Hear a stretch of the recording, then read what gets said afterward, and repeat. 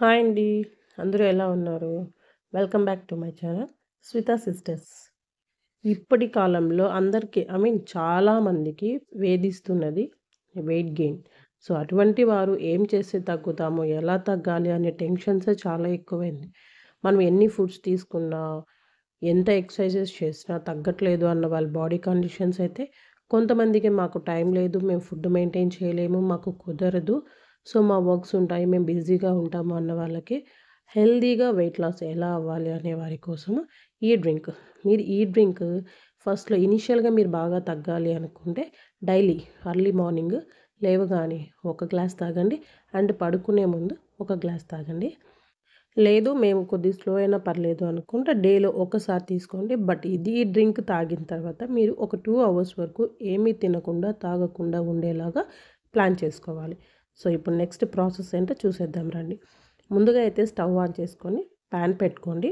ఇందులోకి ఈక్వల్ రేషియోలో నేను చెప్పేది సోంపు, వాము, అదేవిధంగా ధనియాలు, జీలకర్ర ఇవి అన్నీ ఈక్వల్ రేషియోలో అంటే మీరు స్పూన్స్‌లో తీసుకున్నా, కప్స్ వైస్ తీసుకున్నా, మెజర్‌మెంట్స్‌తో తీసుకున్నా, ఎలా తీసుకున్నా కూడా వీటిని ఈక్వల్ రేషియోలో మాత్రమే తీసుకోవాలి.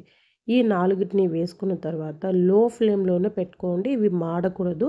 లో ఫ్లేమ్‌లో పెట్టుకొని వేయించుకోవడం వల్ల ప్రతి గింజ ఈక్వల్‌గా వేగుతుంది. అండ్ ఏ గింజ కూడా మాడకుండా కూడా ఉంటుంది.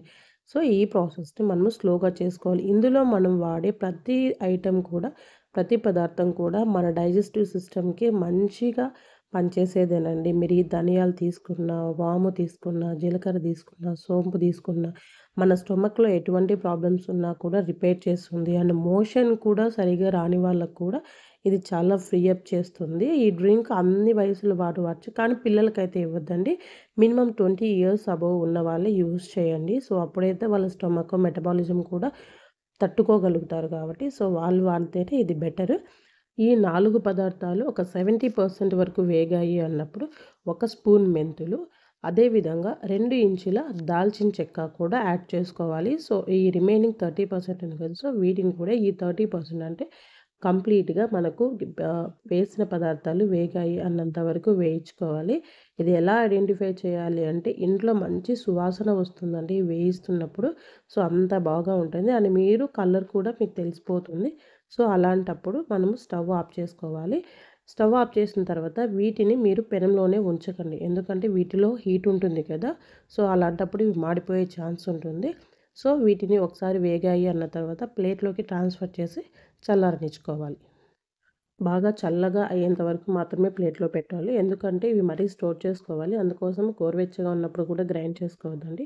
సో, బాగా చల్లారాయి అన్న తర్వాత మీరు మీ దగ్గర ఉన్న మిక్సీ జార్ తీసుకొని వీటినన్నిటిని మిక్సీ జార్‌లోకి ట్రాన్స్‌ఫర్ చేసుకోండి. మిక్సీ జార్‌లోకి ట్రాన్స్‌ఫర్ చేసుకున్న తర్వాత ఇది బాగా మెత్తగా అయ్యేంత వరకు గ్రైండ్ చేసుకోవాలి. మెత్తగా అంటే అన్నీ మెత్తగా అడవు. సో, అక్కడక్కడ కచ్చా పచ్చాగా ఉంటది. బట్ పర్లేదు. మనము నెక్స్ట్ ఫిల్టర్ చేసుకోవచ్చు కాబట్టి సో, మీరు మెత్తగా గ్రైండ్ చేసుకునేకే చూడండి. ఇదిగో చూడండి నేనైతే బాగా మెత్తగా గ్రైండ్ చేసేసాను. సో, ఈ పౌడర్‌ని మనము ఇప్పుడు ఏదైనా ఒక ఎయిర్ టైట్ బాక్స్‌లో స్టోర్ చేసుకుందాము. ఇది ఫ్రిడ్జ్‌లో ఏం స్టోర్ చేయనక్కర్లేదండి. బయటైనా పెట్టుకోవచ్చు. ఇది మనకు ఆల్మోస్ట్ ఒక 6 మంత్స్ వరకైనా స్టోర్ ఉంటది. ఎందుకంటే ఇవన్నీ డ్రైగానే వేయించుకున్నాము. అండ్ అన్నీ మనకి డ్రైవే కాబట్టి పదార్థాలు కూడా సో, ఎటువంటి ఛాన్స్ ఉండదు చెడిపోవడానికి. సో, ఇలా బాటిల్‌లో స్టోర్ చేసుకొనేసి మూత టైట్‌గా పెట్టుకుంటే సో, వీటి ఫ్లేవర్స్ రిలీజ్ అవ్వకుండా ఉంటాయి. ఈ పౌడర్‌ని ఎలా యూజ్ చేయాలో చూద్దాం రండి. మనమైతే ఒక బౌల్ పెట్టుకోవాలి. స్టవ్ ఆన్ చేసుకున్న తర్వాత ఇందులోకి 1 గ్లాస్ ఆఫ్ వాటర్ వేసుకోవాలి. ఆ గ్లాస్ ఆఫ్ వాటర్ అనేది ఈ విధంగా అంటే బాయిలింగ్‌కి రెడీగా ఉన్నది అన్నప్పుడు మనము రెడీగా చేసుకున్న పౌడర్‌ని ఒక స్పూన్ పౌడర్ తీసుకొని ఇందులోకి వేసుకొని మిక్స్ చేసుకోవాలి. సో, ఎటువంటి లంప్స్ కూడా ఏర్పడుకోకుండా మిక్స్ చేసుకున్న తర్వాత మనము వెంటనే దీని మీద ప్లేట్ అయితే పెట్టేయాలి. ప్లేట్ పెట్టడం వల్ల మనం ఇది బాయిల్ అవుతున్నప్పుడు అందులో ఉన్న మినరల్స్ ఏవి కూడా సో, బయటికి పోకోకుండా అందులోనే హోల్డ్ అవుతాయి. అందుకోసమే మనము ప్లేట్ పెడుతున్నాము. జస్ట్ ఒకసారి చూడండి. మనకి ఇక్కడ బాయిల్ అవుతుందా లేదా అనేసి. బాయిల్ అవుతుంది అన్నప్పటికి మనము స్టవ్ ఆఫ్ చేసి అలానే ప్లేట్ పెట్టేయండి. అది గోరువెచ్చగా అయ్యేంత వరకు అలానే పెట్టండి. అంటే మనము మరీ వేడిగా ఉంటే తాగలేము కాబట్టి సో, నేను తాగలను అనుకున్నంత వరకు. సో, ఇది గోరువెచ్చగా అయిన తర్వాత మీరు తాగాలి అనుకుంటున్న గ్లాస్ తీసుకొనేసి మీరు ఫిల్టర్ చేసేసుకోండి. ఫిల్టర్ చేసేసుకున్న తర్వాత ఇందులో ఫిల్టర్ చేసుకోవడం వల్ల ఏదన్నా అంటే మనకి సరిగ్గా గ్రైండ్ అవ్వకపోతే అవన్నీ ఫిల్టర్ అయిపోతాయి. సో, ఫిల్టర్ చేసేసుకోండి. మీరు ఇంకా ఎక్స్ట్రా ఫ్లేవర్స్ కావాలనుకుంటే మీరు హనీ వేసుకోవచ్చు. లేదంటే లెమన్ పిండి కూడా వేసుకోవచ్చు. దీన్ని డైరెక్ట్‌గా కూడా చాలా బావుంటుందండి. హెల్తీగా వెయిట్ లాస్ అవ్వాలి అనుకున్న వాళ్ళకు ఈ డ్రింక్ బాగా యూజ్ అవుతుందండి. సో, తప్పకుండా ట్రై చేయండి. మీకెలా అనిపించిందో నాకు కామెంట్ రూపంలో తెలపండి. And thanks for watching.